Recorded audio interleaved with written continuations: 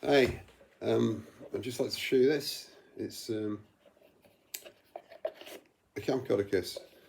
I had a big piece of offcuts, or a couple of pieces of 3mm tan, veg tan hide offcuts that I didn't know what to do with, and they've been lying around for a while.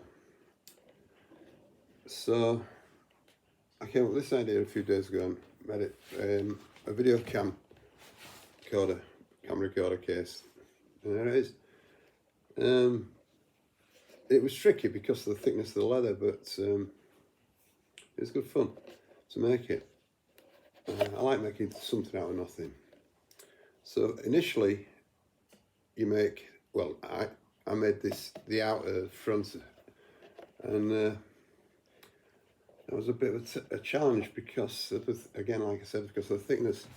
So when I brew my coffee, I'll show you how I started. I got the size required for the front, the box part of it, and I made, well, cut a couple of pieces of wood together and made this to mould the leather round. This, all it is a 3 bits of wood glued together, so it cuts to the size, width and depth to mould the hide around. So I took the piece of leather which covered this amply, or as amply as I could, because I didn't have loads left, but I had just enough. So I soaked the hide for 5 or 10 minutes until it was wet through, literally wet through. And I took it out, placed it on a board and covered the wooden block with leather before stapling it down. But because of the thickness of it, moulding it around the corners was virtually impossible. Absolutely, you know, I just couldn't have got it flush and neat, because every time I pushed one side down, it pushed the other way, and it just wouldn't work. I tried, you know, cutting the bleeds off the leather so you get it together like you can on shallower pieces, but with this it was just impossible. So I had to cut it, and which gave me 3 flaps, 2 sides and the bottom.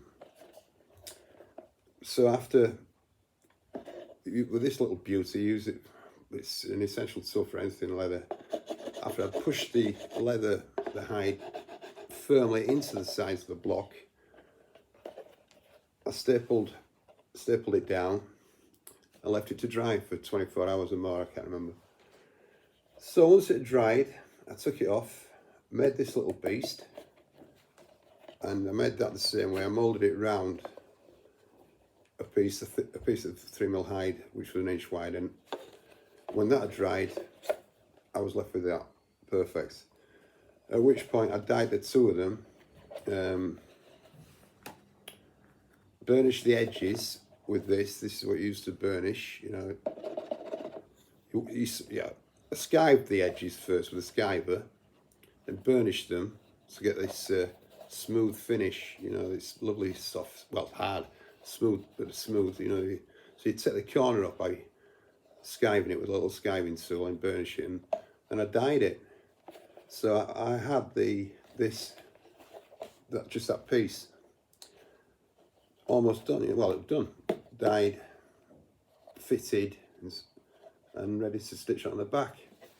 The back piece was the thickness of it, so I had to work to the thickness of what I'd got left, which was just right, really. Well, it was perfect, and it was just one piece which I attached to the front. Now it looks difficult, but it's not as difficult as it sounds. You glue it. I used Gorilla Glue and clamped it together and left it to dry, set.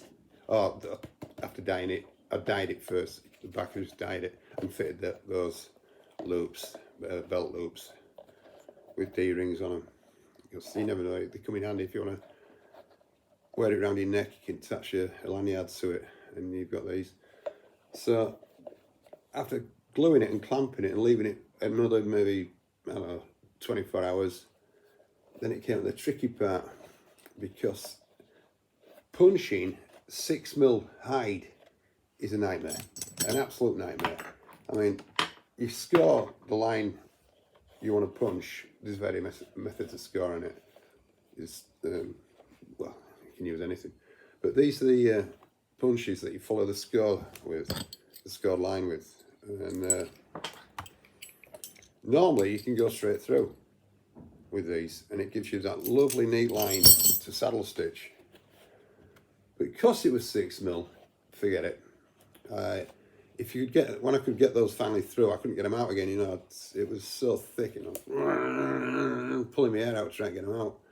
So I decided on plan B, I just marked, I punched the top of the leather a mil or so in, and I took it to the drill, and I drilled all these. I drilled through the stamps lines I'd set in it. So then it was all done. You know, it was just a matter of saddle stitching it, which is quite therapeutic. I enjoy doing it. So then I got the two together, two pieces together, and hey presto, then I did this decorative stitching, just basically did decoration, and I put this compass stamp in, and I was happy with it. Then it occurred to me that the camcorder and the two batteries got all fit neatly into it, perfect fit. But I wanted somewhere for a spare card, memory card. Because if I just put it in there loosely, it's not secure enough for something small like that. It's secure enough for the camera and the batteries, but a memory card, could easily fall out. So I just got a 1mm offcut of hide and folded it twice,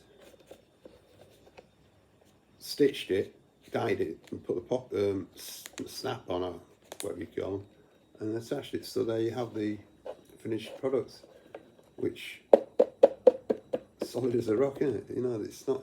You're not gonna. It'll outlive me. And there you go. There's the camcorder, which fits neatly in, and the two batteries. There's a bigger one. It goes neatly in. The smaller one, neatly in, and hey presto. There you go. The corners are, I'm not happy. I'm not overly happy with these corners, but it was just the way that I had to cut the leather. You know, I could have had a piece there from the back of the leather that it just looks odd. So I cut them out, and it's something I'm going to have to live with. But there you go. A sturdy leather, 3mm hide leather camcorder case, ready for the great outdoors, and all dyed, burnished, skived, and edge coated with black, and there it is. Thanks, lovely jubbly.